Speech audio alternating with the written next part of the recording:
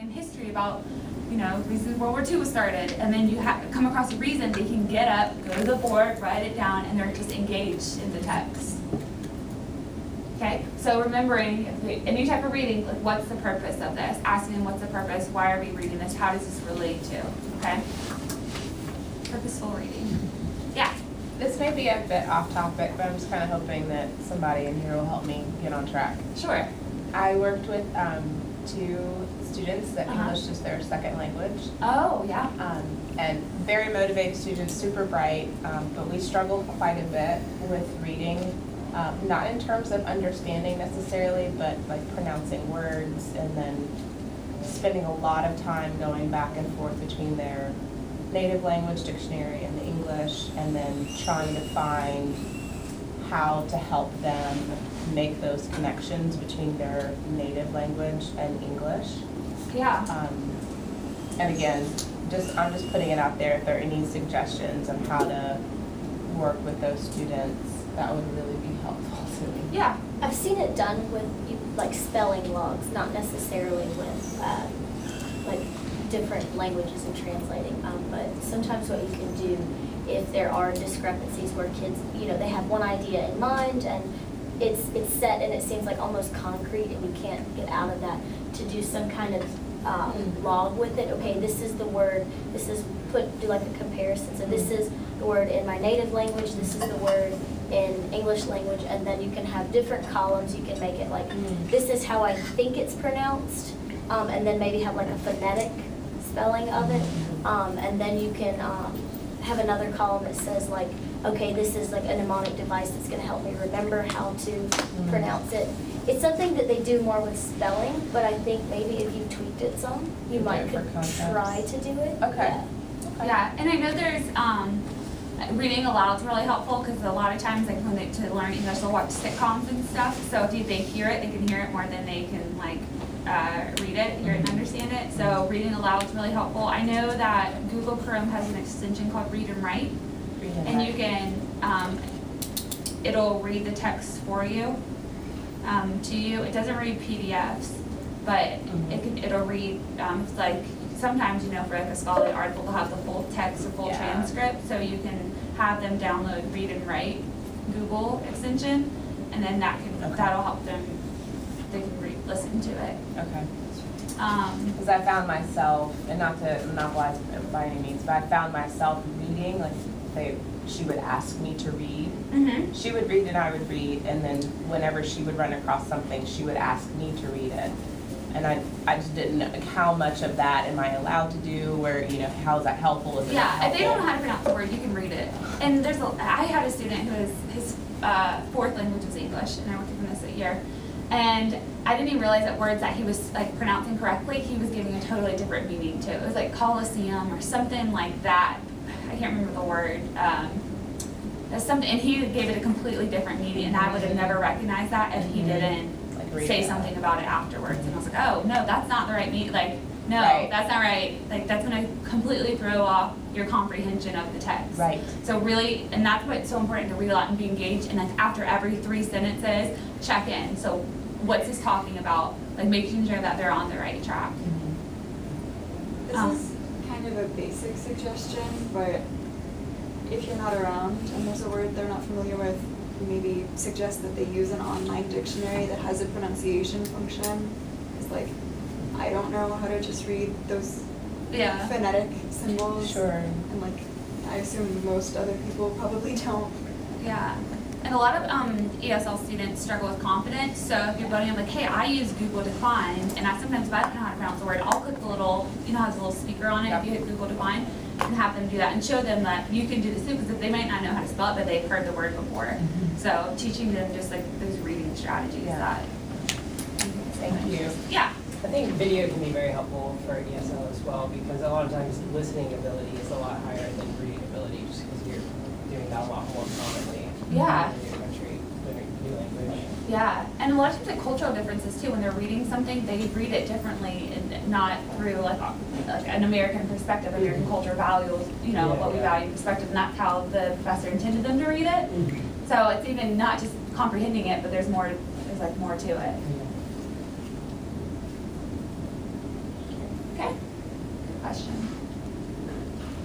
Oh wait, can we do this? Compare the three sets. How does our purpose for reading affect what we highlight? How can the strategy be helpful with students? Just some resources, like NC State Library has their own citation builder. Purdue, OWL, the middle course page, and then student meet with the professor is like my top recommendation on if they're struggling with an assignment, a paper, or anything. And then starting that paper early, right? So they know that they're not waiting until the day before the paper student meet with the professor. Yeah. Okay. Like sort of not an involved question, but I've had students who would like read in sessions with me and then never do assigned readings outside of sessions, seemingly. Yeah. So how do you sort of encourage them to keep reading? Should you just begin every session with like, what did you read at home? Or like. Yeah, and just start. I mean, I see that all the time. Yeah, or have them plan out, like look at their day and like, okay, you have a 8 to 9 tonight. You don't have anything planned. You're out of tutoring. You don't have practice. You don't have meetings. Like, 8 to 9 tonight?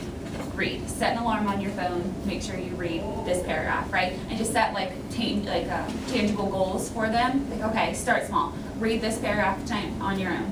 All right, next session, read 2 paragraphs and have them like set an alarm or have them write it down, text it to themselves. And if they're not, I mean, you can't force them to do it. Like, they're in charge of their own understanding and their own education. So you can write it in the reports. I had just asked student still hasn't read, student's not reading on their own, student not reading on their own. And that's all you can do. Do you think it would be helpful if, like most of my sessions we read aloud a lot? Like reading aloud takes so much longer. So much longer. So I don't know, I think sometimes students don't do it because they're like, it'll take too long.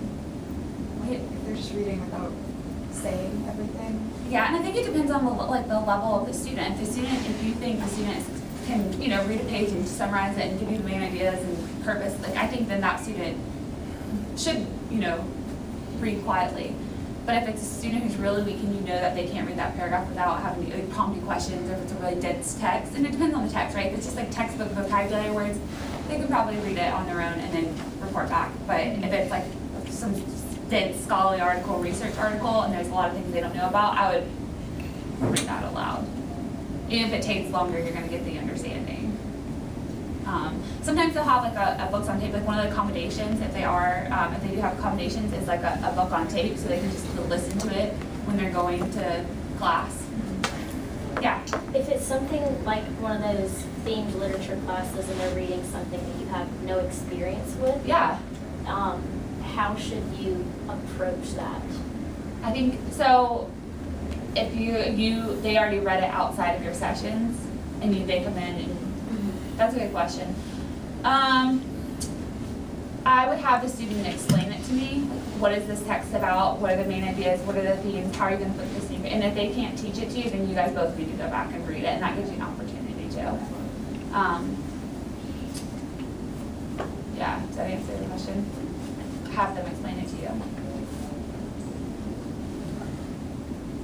Okay, almost done. Okay, so a few scenarios. We can just talk through these out loud and I'll give you guys like some cooling off break. A student comes into your session with what she claims is the final draft for Soch class. She says the assignment was to apply a social theory to a movie. At first glance, you don't see any citations, many grammatical errors, and the paper seems short. What do you do? So just comes in with a full draft. What are some suggestions? Yeah. Start with having the student read it. Okay. What's one thing you should do before that? I'll do that in a second. Ask to see the prompt. Ask to see the prompt. Yes. So ask to see the prompt because she might not have understood the assignment, and then so when you read it, you'll have that prompt in mind, so you can really see if she's following the assignment. Then read it aloud, or you can do one other thing. Yeah. Reverse outline? Yep. Reverse outline it before going into it. So I'd ask to see the prompt. I'd have the student reverse outline it, and then I would read it. Right, so then you're reading with the purpose of that prompt in mind. What about citations? For one, like, if you don't have some sort of citation maker, like as you're doing your research, you might find a source that's really useful and like cite it, or like quote from it and then like not do a citation and then just lose your source. Yeah. So for one, like make sure that the student has all of their sources together and then start looking into maybe citation makers. Yeah, so make sure they have the sources. Ask what they typed into Google to get here, what they typed into the NCSU library. If they don't have it, yes. You could ask them to explain to you what they understand about citations because they may not have any idea Yeah, that they're clearly. supposed to cite at all. Yeah. And then go from there, explaining the Yeah, citation. ask what they know. Get that prior knowledge. Yeah. One thing you can do if you lose citations, just not having not notating it down, you can go to the Chrome history and just Oh, search yeah. within the history and try to find Find it that way It's too. not always going to work, but sometimes yeah. Yeah. Yeah. Yeah. Very helpful. Unless they're in incognito mode. Right. There are certain extensions, I don't remember what they're called, but there's like certain browsers that they can actually go and do their research. It tracks it specifically for Oh, really? citations. Yeah, I don't I've remember heard what of it's that. called. It's either an extension or it's a like a specific browser that you can use. That's cool. Yeah. Zotero Yes. is Oh, one yeah. of them. Zotero? Yeah, where you yeah. can just like click at the top left corner Yeah. to save it. Oh, I've never. And it Yeah. tracks, it automatically tracks it for Yeah, you. you can like assign it to a specific class or something like that. I've heard of RefWorks. Yeah. Yeah. I have a. Okay. Yeah. Well, I would first ask, like, for the true citations for the movie itself, like, citing the movie, and then the theory that they applied. Where did they get the theory? Yeah. And then Google NCSU Library doesn't have a drop down for a movie, so you have to go and find that in the Purdue OWL. Okay. A student you've been working with fails a test. He claims he studied very hard and you even helped him prepare in the session. He's very down. What do you do? I would probably ask how he studied on his own. Yeah. Yeah. First. Student accountability. You're with them 2 hours a week. What did you do on your own to prepare? Yeah. I'd have a student meet with the advisor so they could go on the test together, because obviously I came up with the test with him, but see if there was like a disconnect in what he didn't learn. Yeah, so if the test is graded, you can go over that. If it's already graded, that's a great resource for you to study for, like if it's a cumulative exam or just to go over, okay, where did you miss the most? Did you miss the most, from the readings? Then you need to just read more and prepare more next time by looking at the readings. If it was like the class lectures, then that's where you need to focus. So going over the graded exam with the student is really helpful. After going over the exam, maybe look at how the test is formatted, if there's like true or false or short answer or essay questions, because like I think it's probable that maybe they would not do as well on one of the specific kinds of formats, and then try to prepare them for like writing short form essays. Yeah, and that's what you can do in your session. If like come up with essay questions. You can't look at the essay. If there's a study guide, you can't look at the essay question. You can't work on the study guide, but you can formulate your own essay questions for them and use that as a practice. Use that as practice. Yeah. Also, if the student is really, really discouraged, they might sort of hold on to that feeling and like dread future tests. So I guess the best way to work with lack of confidence would be trying to prepare them, but Yeah, and like relate to it as an athlete. You lost a game, but you didn't lose the whole season, right? A student continues to receive 2 out of 10 on discussion forums for social class. You've worked on these in your sessions and the student is frustrated and starting to lose motivation. What would you do? Yeah. I would say reach out to your TA maybe and find like the standards, because in the past like there have definitely been disconnects from what they interpreted were the standards, and sometimes even like with the prompt they can like lose what the main purpose of that was, even if there is a prompt. Yeah, and they can be very, very specific instructions somewhere hidden on Moodle or hidden in the syllabus that the student misses, especially with like SOS 202. They have like these like QAAQ forum posts or these really specific forum posts, and like the instructor wants very like include 2 sentences about the link, and if you miss that, you're going to get a 2 out of 10. And or look for feedback. Sometimes the professor will put it on like the graded submission, but there's also like I've seen forums on where like the TA gives feedback. So yeah, so look at that feedback and then reach out to the TA if any more suggestions. Yeah.